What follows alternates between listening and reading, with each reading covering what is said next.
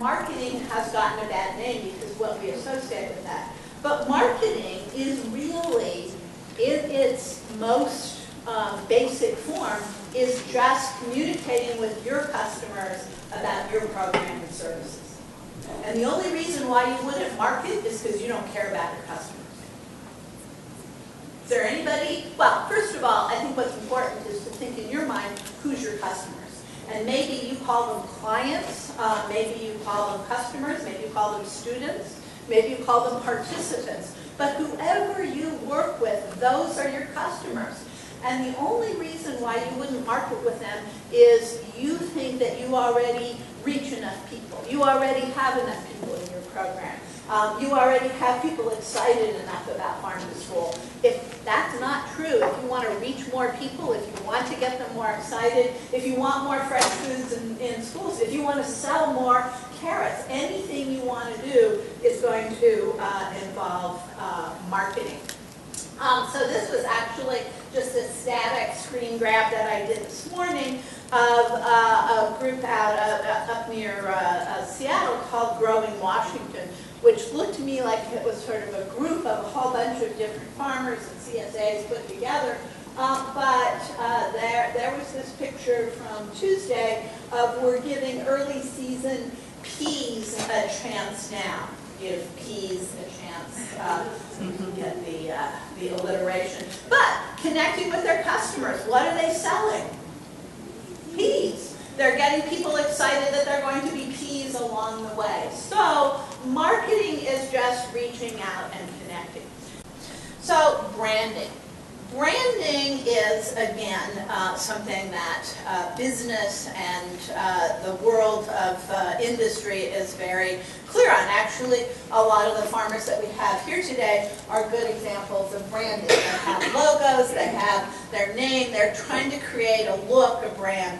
But brand is basically just an identity that customers will associate with all your products and services. So it's just saying every time you say Whatcom Farm to School, you want a certain image to come into people's mind.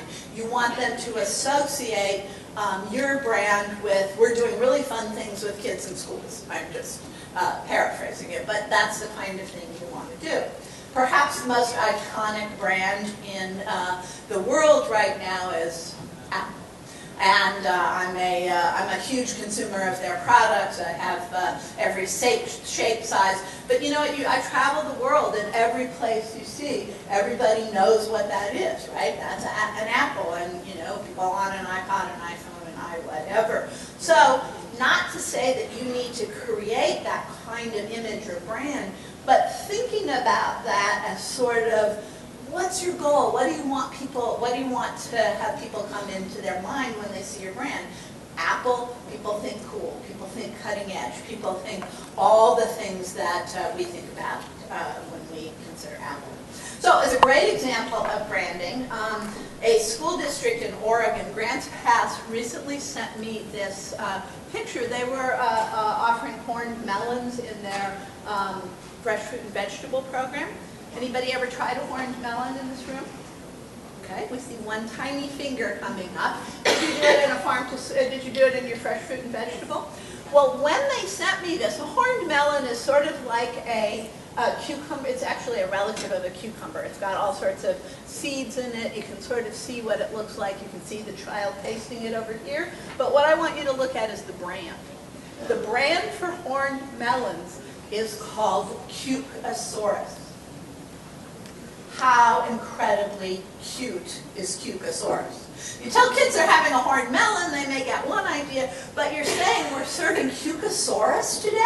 I can see that those sort of skeptical views would disappear and everybody would begin to see the Cucasaurus. Now, Cucasaurus is actually a registered trademark, like Apple is, and I'm not suggesting that you have to brand yourself that way, but be thinking about fun ways, just as I talked about in my previous presentation about you don't just want a menu that says we're having carrots today. Really? What kind of carrots are you having? X-ray carrots? Homegrown carrots? Cloudview carrots? What kind of carrots are you having today? So what you call things and how you name them will have a lot to do with your brand.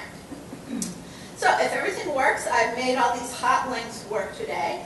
And I will be able to just click on things and go to pages like this. So School Meals That Rock is the name of my Facebook page, but School Meals That Rock is also the name of my blog. It is how I'm trying to brand myself. So it's about school meals that are fun, that rock, that are cool, and I'm pretty excited right now because if you Google School Meals That Rock, I'm the first 6 things that come up. So my Facebook page,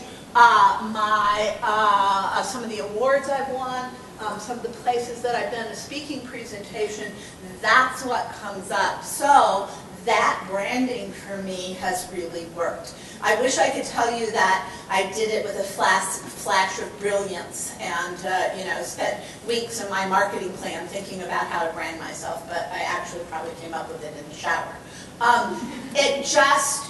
Actually, I started School Meals That Rock because I got really upset with Jamie Oliver and some of the other people who were putting down school meals. And I wanted to show that school meals did rock, that not all of them were, but boy, the amazing things that are going on in schools. But I consider that brand to be very successful now. And it has been going through the back of my mind about whether I ought to be trademarking this or what I ought to do with that. So I haven't quite gotten to that point. But I'm going to use Cloudview Farms over there as another example of branding because I think they've done a really good job. So Cloudview Farms has a website. They also have a Facebook page. But the website really drew me in. I think it needs a little updating. It says 2012. It's back to the whole problem with much harder to update a website than it is to Facebook page. Because on your Facebook page, I think I saw one of the young women over here offering potatoes in a middle school, a fairly recent picture. So, but this website, I looked at it and I thought, oh wow, how cool. It's in the Columbia Basin. I can see where it's located. It also has a definite branding and feel to it. It's really green. It just draws you in. So that branding, and they have a logo, which there is over there and there is up there on their banner. So I thought that was a really good example of a group, a farm that's doing that. So I'm trying to use examples. Let me get back to, let's see, there we go. Use examples from the school world, from the farm to school world, and from the farming world. I think I'm going to skip this right now, just because you have heard so much about Whatcom. When I was putting this together, I didn't realize that they would have the opportunity to show you those things. Actually, I'll go there anyway, because I do want to say one other thing about their branding. So this is their Facebook page. February, parts of the month is frozen raspberries, so they've got raspberries up there. You heard about the, let's see if I can scroll down here. You heard about the Ideal Real Meal. I think that's a fabulous idea, by the way, contest. Getting people involved so they're able to have their contests up here. They have links to their videos. So again, really good branding. Their logo up here is this very nice logo that combines apples and books. So whatever your branding is, thinking about putting it together in a way that really draws people in. I mentioned Provo, Utah a couple of times in my earlier presentation, and among my must-follow recommendations to you, this one is something you must follow. If you want to see what's going on in school nutrition, if you want an example of what a school district can do in an amazing way, Provo is it. They just posted this album today. I think she actually, I know her quite well, and she's a lot like me. She loves doing this. So she just posts what's on the line this week. There's homemade rolls. There are oranges. She's got pictures of meals, things cooking, salad shakers, all sorts of things. But you go there and you look at this, and I'll tell you the first thing you think is, I'm hungry. What are we having for lunch? And the second thing you think is, these kids are really lucky to have these kinds of options. When it comes to school meals, a picture is worth 1,000 words. If you just write, I think I saw this one, if you just write, well, we're having chicken and potatoes and pineapple today, it doesn't at all fairly represent what this is. I happen to know that this is a recipe. The chicken recipe is made with rosemary. They use whole breast chicken. They're roasted local potatoes, fresh pineapple. I mean, this is just a district who really has figured out Facebook and how to market things. I'm going to talk about what they do there in a minute, but I have to tell you that one of the things they do the coolest job with is what I call food art. So they have a man who is absolutely amazing, who takes the skin off the pineapples and makes them into snakes and dragons and airplanes and crocodiles. Well, imagine coming into the line and seeing your pineapple displayed with an airplane, that kids would therefore be much more interested in their pineapple. So that's one of my must-follow districts for all of you. Also, their branding is It's Meals at Provo. So they have branded themselves as It's Meals. A number of school districts have named their cafeteria. So instead of just calling it the cafeteria, they've taken the mascot, so the Eagle's Nest Cafe. Whatever it is, something that, again, the one I showed you the picture of before in excuse me, in Florida that I said had murals that looked like a bistro. The name of their cafeteria was, and I forget the first word, but bistro. So you can name your cafeteria anything you want. You don't have to call it the cafeteria. Dining room. Actually, Othello calls there, on your website, you're from Othello, right? And on your website it says dining services, if I'm not correct. So much nicer than cafeteria. Very lovely. So dining room, bistro, whatever. But the whole purpose of social media, the whole reason to use social media is to establish a personal connection with your customers. And I heard a very fascinating story this morning on NPR. It's about secret menus. How many of you know about, she heard the story. Secret menus are things that large chains have on the menus, but they don't have them advertised. So Panera Bread is actually doing a secret menu now that doesn't have bread in it. So it's for people who are trying to go low carb, or people who are watching gluten, or those kinds of things. And you have to know about it to go into Panera, and then they will let you scan the thing and you can see it on your phone, or you saw it on the website or Facebook. They're not even marketing it in any other way. And part of that is to establish that sort of cool connection with their customers. Her name is Jean Riley. She's the director in Wyndham Raymond, and she's been trying to increase her breakfast participation. How's she been doing it? Well, every Friday they have a super duper special breakfast. They've had Angry Birds, Super Bowl, Fruit Ninja. They have had breakfast promotions that I would think would just suck the children in from wherever they were in the school. So this is Jean Riley wearing the Angry Birds hat. This is the kid getting his Angry Bird breakfast, but making a connection with her customers, and kids were encouraged to wear their Angry Bird clothes to school, and then they got their picture taken and they got put up. And then she, like the lady in Provo, the kids wrote thank you notes and she took a picture of that. It's all about connecting with your customers. And who wants to see this? Every single one of their parents wants to see this. So-and-so is up on Facebook at the Angry Birds breakfast. So, your program and social media. As I said, we could have a day-long workshop about any one of these, but some of you may be completely confused about all the different kinds of social media there are today. Just a few of them. There's Twitter. And Twitter, you might say, I'm eating a donut. Facebook, I like donuts. Foursquare, this is where I eat donuts. Instagram, here's a vintage photograph of my donut. YouTube, here I am eating a donut in video. LinkedIn, my skills include donut eating. Pinterest, here's a donut recipe. Anyway, on down the line. This is a sort of very tongue-in-cheek, ironic view of how you might use different kinds of social media, and in some way, their silliness. I have chosen personally to concentrate my energies on Twitter and Facebook. I think you might choose to use any one of these. I keep having people say to me, aren't you on Pinterest? I have a Pinterest account, but honestly, I'm an old lady. I think having mastered Facebook and Twitter is really enough for right now.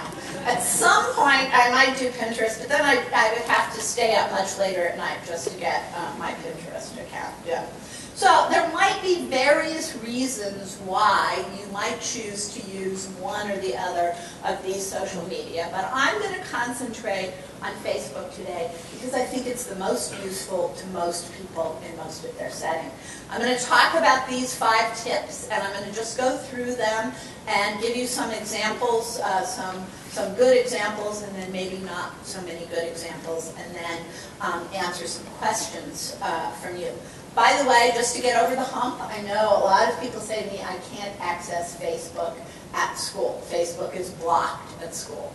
Fortunately, schools are getting over themselves and realizing that they just can't block out half the universe and say it's not going to be here. And by the way, I looked up the 3 school districts that were just up there, and all 3 of those districts have a Facebook account. Not the nutrition folks, but all 3 of the districts themselves. And why do the districts have them? Because the parents are online, and that's how they expect to access information. And they're going to do it on their smartphone or their iPad or some other way. So schools are getting past that, but also if you have an account on a smartphone or on an iPad, you can access even if the school Wi-Fi has it blocked, because you can access it through your service provider. But these are my 5 tips. These are just the 5 things that I find most useful to think about. The first is post regularly. It may sound like a really stupid thing to say, but in social media, people expect you to be posting regularly. And if you disappear for X amount of time, they're going to forget about you. Now, I will readily admit that I post sometimes 3 to 5 times a day. You don't have to do that. And in fact, there are services where you can set up your posts ahead of time so they'll post automatically. Hootsuite, H-O-O-T, Suite is one of those. But you know what? You don't even have to post every day. You just have to post regularly. So here is one of the school districts in Washington who I think is doing a beautiful job with their Facebook page, with one exception. So this is Lake Stevens, Molly Langham. I showed a couple of pictures before. I mean, first of all, look at her cover photo. Absolutely gorgeous photo of a salad bar. She's got the whole pluot thing going on here. But I scroll down, and what do I notice right away? Well, there's several people who've posted recently, but the last post that I see is from January 8th. That's too long. That's a month ago. That could be a century ago in the social media world. So if I am a parent and I want to know what's going on here, and I look at this and it says January 8th, I'm not going to like that. It's way too long. It's way too old. So thinking about posting regularly is something that is really important. I love the look of her page. I love what she's done. She just doesn't post regularly enough. A friend of mine in Durham, New Hampshire, she used to be in Maine, but now she's a director in Durham, New Hampshire, has the website, has a Facebook page, which she just set up this fall and is doing really well at, and she posts very regularly. So I'm just going to scroll down here. Pizza for our last day before vacation. That was, she posted 6 hours ago, so that was today. Yesterday she posted Thursday lunch, whole wheat spaghetti, homemade beef stew on Tuesday with local beef and turnips, carrots, and a whole wheat bread bowl. She posts menus almost every day. What's missing? Pictures. There you go. You're all thinking, oh, I want to see a picture of that bread bowl. Well, I know Doris really well, and I know that her camera's broken. So she's not posting because she doesn't have a smartphone, and she's not. But that's a problem. You don't have to post a picture of everything, but I will show you, if I can find it quickly, a picture of this meal. It's incredible. It's a mini bread bowl with beef stew in it, and it's all local foods. By the way, one of the reasons to get connected to Doris and watch what she's doing is that all her beef is local. Most of her potatoes and root vegetables are all local in Maine. She's in New Hampshire now, but she's doing an incredible job. And she also lives in a town, Durham, New Hampshire, where the town has given a warrant, an extra amount for foods that are purchased locally. So one of the things to find out is that that's how people are making these things happen. I love all the things that Doris is posting, but I want to see a picture. If you scroll down a little ways, I happen to know where she got these pictures. She got them from my page, which is fine, by the way. You can share something from another page. I was doing Valentine food art, and I became obsessed with melons cut out with cookie cutters. So she posted a lot of those things, which is wonderful. But then I get down to this, and this was before her camera was broken. I look at it, I'm like, oh wow, that is cool. It's a fresh garbanzo salad with some local tomatoes and green peppers, and that's one of the things that she's serving today. So pictures and regular posting are really important. Which brings me directly to my next tip, which is use photos regularly. However, I want to make a caution about photos. Sometimes less is more. Because you take 42 pictures on a trip to see the asparagus farm does not mean that you have to post all 42 pictures. One of the problems with that is that nobody else probably wants to see those 42 pictures, just like they don't want to see the 42 pictures of your vacation. But also, people get lost and you aren't able to orient them towards the things that you want them to see. And if you think you have to upload all of them, you may not do that. So post regularly, but be judicious in what you post and how many you post. So I want to just take you back to It's Meals again, because I think that her name is Colleen Deeds, has done a really good job with posting enough pictures. So here she's got what's on the line today. She's got 6 pictures, but they all come up at once. So you can just get that visual of what's on the line today. She often posts, and you'll hear me say this again later, but one of the things that she does really well is to post pictures of who works in their kitchen. I got to go there and meet all these folks at a training session last August, and do they have more fun than any other school district in America? I think maybe so. At this training session that we did, kickoff at the beginning of the year, everybody got glitter stickers for their faces and everything, all the adults. I mean, they had a really good time. And what do I look at this when I see? Well, I see, first of all, a uniform of people dressed nicely. There's a real consistent branding to that. But people are having a ton of fun being, quote, lunch ladies. So again, thinking about posting a few pictures rather than every picture that you took. Taking things judiciously is real. This was a special Valentine's meal, so that's why everything is decorated with Valentine's. So think about your pictures that way. So showcase your staff. If you are in a school, showcase the students. As long as you have permission, make sure that any photo that you post has got permission, especially if it's children, but from adults as well. The other thing is, if you have a farm and it's your family, the person who's talking about the asparagus and the 2 brothers and all that, that's the story you want to tell. Why?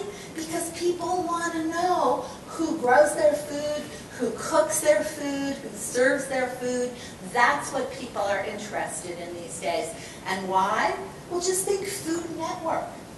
preparing food, serving food, chefs, is all about that sort of celebrity status, and it's about making those connections. So I already showed you Provo. I think they do a really good job. Here's just another district whose Facebook page I like for what they're doing in terms of showcasing their staff. This is Grapevine Colleyville ISD. First of all, I have to say that I love these people in terms of their food art. Look at those fruit cups that are at the top.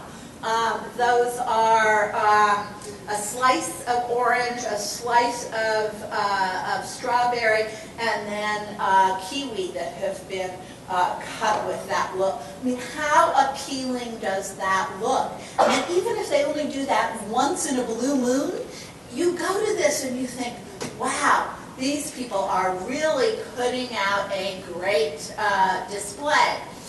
This is the other thing that I really like, is that they really showcase their staff. So this was their Valentine meal. It says, eat heart healthy, stay heart healthy, love yourself. And then they have one of their staff members wearing a red apron, and what she's serving is oranges. They're hollowed out oranges that have a mixture of peaches and berries with a little red jello in the center. That was their special Valentine thing that they were serving. And yes, it does have a little bit of whipped topping on it. Not the end of the world for a Valentine celebration. But I look at this and that staff, that person with that smile, what does it make me want to do? It makes me want to go have lunch there. It's that personal connection. I also love these guys because they're into food art in about the same way I am. So they were, they had an event called another Try Something New event. And in this case, they were trying samples of blackberries, and somebody with a great deal of creativity has made an engine out of fruit. Now, I don't know exactly how they did that, but I will tell you that at Provo, if they show you like an airplane made out of pineapple, they also show you the instructions for how to do it. So you want to make people come back to your page, you want to make every mom in your town interested in what's going on.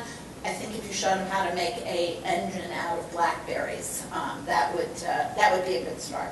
I don't honestly know how to do that, but very cool. I'm going to go back and look at it. But these are just folks who are, again, thinking about how do you market food, how do you sell it. There's a snowman who's marketing soy nuts. You know, they're always thinking about how to present food and then taking a picture of it. This was a Try Something New event where they were looking at crunchy soybeans. I have to get out of here, otherwise we'll spend all our time in the grapevine. The next tip that I have for you is to create links to successes. So you really have to think about on Facebook, not just putting up something static there, but what can you link to? What can you link to that you want your customers to know about you? And I'm about to toot my own horn. Because one of the things that I think that I've been able to do really well on School Meals That Rock is to, now I'm up to 5/136. Do you see how quickly that happened? Thank you. It's probably someone in this room or somebody else you sent it to. But one of the things that I really try to do is both promote myself to my customers. So one of the things I've been talking about a lot is that I am at this great, I misspelled fresh. I'll have to go in and fix that. By the way, another benefit of Facebook is if you misspell something or misidentify something, you can go back in and fix it immediately. You don't have to go back and find the IT person to fix what it looks on your website. I misidentified a picture as coming from CloudView when in fact it was from Whatcom, and somebody saw it last night and I was able to go back in and fix it. So that's something that I really appreciate about social media. But in any case, so I'm talking about being here at this summit. I have a picture that somebody sent me from Wenatchee. And then I have links down here. So what do I have links to? Well, I have a link to the organization that put this on, so to Washington Sustainable Food and Farming Network. I also have a link to the Wenatchee farm and to school. So I've created links for those people, which they appreciate. But why would I go to all this work for the whole day that I'm here? Oh, there's a purple potato which came from Cloudview Farms.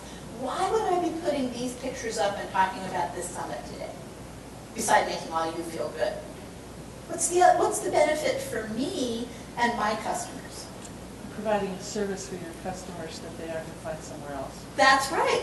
People go to my Facebook page to see all sorts of cool things from all over, and they say, oh, Dale's at a Farm to School Summit giving a talk, and maybe then they're going to have a Farm to School Summit in Maine or Mississippi or wherever, and they say, oh, Dale had a bunch of cool ideas, maybe she'd be a good speaker. So that's what all this linking does for you. By the way, a fellow was talking about, was it you talking about your, no, it wasn't a fellow, it was the 3rd district that talked, I'm sorry.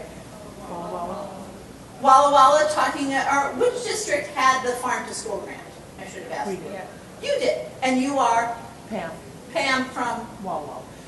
The new grants for Farm to School, the new round is up. So here's the Farm to School grant program at USDA with the links to all of that. So that's another thing that I provide for my customers. As I say, the grants are open, you should go to apply, but then the link's right there so that they can go and look at it. I'm building up so many pages open here that my computer, well, it's an Apple, it won't shut down. All right. Sorry. I realize I'm in Microsoft territory though. So then I wanted to show you in terms of links that I wanted to show you this because I think this is a farm to school network that's done a really good job, and also it's Washington County, but it's Washington County, Maine. What do I like about this? They're really good about linking to other things in the community. I also like their cover shot. What does their cover shot show? So that's what it looks like in Maine, sort of gray and snowy, and yet they've got their greenhouse there. They're showing that, you know, we're working towards these kinds of things. They've got great things going on. They're talking here, there's an article, a link to fish, but they have a link to a fruit tree pruning workshop. They have a link to Washington County School Garden 101. They tell you what that course is about. They have a webinar series for beginning farmers from the University of Maine. They're really linking people to resources. Here's a program, Friends of Baxter State Park invites Maine high school students to a program. So they really have, they obviously see themselves as having a niche and linking to a lot of other programs, which if I lived in Washington County, I would want to be there seeing those kinds of things. Last tip, and then we'll have time for questions. On Facebook, obviously you can post pictures, obviously you can post status updates, but you can do other things like surveys. So a Facebook page that you establish for your school or for your farm or for your farm to school group is not the same as a personal page. So you have a lot more opportunity to use a variety of features. And one example of that I would call another must follow is Michigan Team Nutrition. So the Team Nutrition program in Michigan has just done a really good job of showing, I mean, I happen to know that a lot of other team nutrition programs around the country do really great things, but none of them have a Facebook page like this. These people look like they are out there really serving their customers.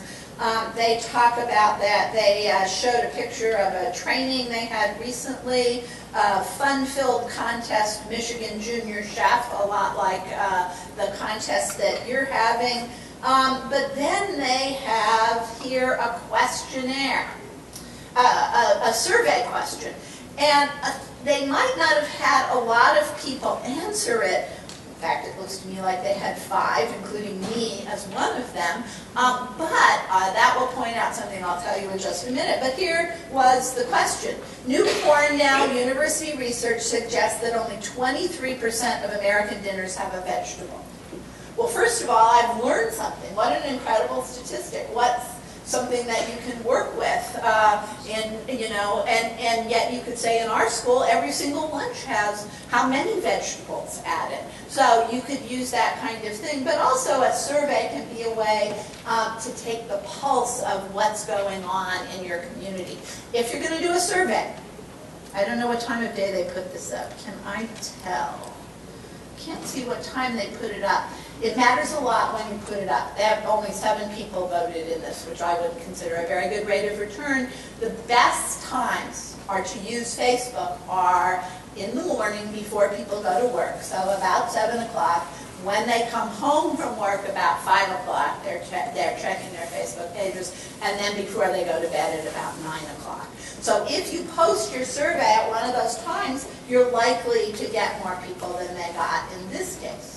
I want to show you though, so Michigan Team Nutrition I think is a great group to follow. But for another school district, so Provo is an absolute must follow, Oyster River, Provo, Utah, Oyster River, New Hampshire, and then Douglas County, Colorado. I showed their picture, a couple of their pictures in my earlier talk because I talked about their Colorado Proud Meal and about the pizza that they had designed with high school students. But what they have really specialized in, he doesn't post a lot of pictures about what they're actually doing, but they have, so this is a very wealthy district, high-income district south of Denver. They have 1,500 people who follow it, which for a school nutrition page is a lot of people following them. But here's the really impressive thing. So he's asked a question, 3 hours ago he asked a question, what's your favorite comfort food on days like this? Message us one of your family fave, and if we select your submission for sharing in our next Food for Thought newsletter, we'll gift your family with a family of 4 movie pack. So, what's your favorite, if that's what they're asking, is what's your favorite meal? I'm assuming it's cold and snowy in Denver today. I haven't looked at the weather. But if we select it, we'll publish it in our newsletter, so there's an incentive. And if we select it, we're going to give you a movie gift pack. And how many comments does he have here? Well, he's got 2 that show up. One is for ramen soup made with natural ingredients. One is for beef barley soup. And if I click this, it turns out that he has 40 more comments. 42 parents have commented on what their favorite recipe is. That's an incredible response. If you scroll down here, he's really, and I think that's the expectation that he has set up with his page, but it's an incredible level of parental engagement with their school nutrition program. They had another contest, guess how many meals we served in 2012. That's a very fun thing to ask people to guess. The person who won, it was 4,325,000 some. People are really not, their socks are knocked off by how many meals are served in schools. That was also a free meal giveaway, but if I scroll down, I'm not sure if I can find it. Oh, he really gets into conversations with people. So here's a lady who wrote in, a parent who was concerned about the amount of additives that are in the hamburgers, and why can't we get 100% beef? He thanks them very much for their comments. He tells them what the logistical things are and how they're working towards getting 100% beef. So he doesn't shut down negative comments. He uses those as a starting place for conversations. So I really see his district as one to follow. Just to finish up, and then we'll take questions. This is from a very small school in Bar Harbor, Maine. I showed you before, I just think it's most beautiful fruit cup, veggie cup that I've seen. But they have a Facebook page. They only have 45 people that follow it, but in Bar Harbor, Maine, that's probably a good percentage of the people whose kids go to school there. So think about when you go out, don't think, oh, Dale has 5,000 people to follow, I need that many. Think about your community and who your customers are. The other thing is, really think if there's any way to tie your school meals, anything you do on social media, to the learning environments. And Douglas County has done that a lot. He talks about test days and what we're doing and the meeting with the superintendent and going to the school board. So keep those connections going. Obviously, get kids involved. Brent in Douglas County had some money to hire some students over the summer to take videos. So they have videos up on their website that kids took about, you know, here's the giant kettles that the people use in the kitchen to make whatever, and here's how big our pizza oven is. I mean, people are really interested because of the Food Network and all those things. How do you cook? How do you cook the quantities of things? So think about putting that up. And think about, most of all, school nutrition heroes, whether those are heroes in your community who you want to identify. There's never any problem with giving free lunch to some heroes, whether they be military heroes or sports figures. Very popular to invite sports figures in, and if you do, take a picture, put it up on your Facebook page. But however you do it, enjoy what you do and have fun. So, thanks very much. I hope it's time for lunch soon because my brain needs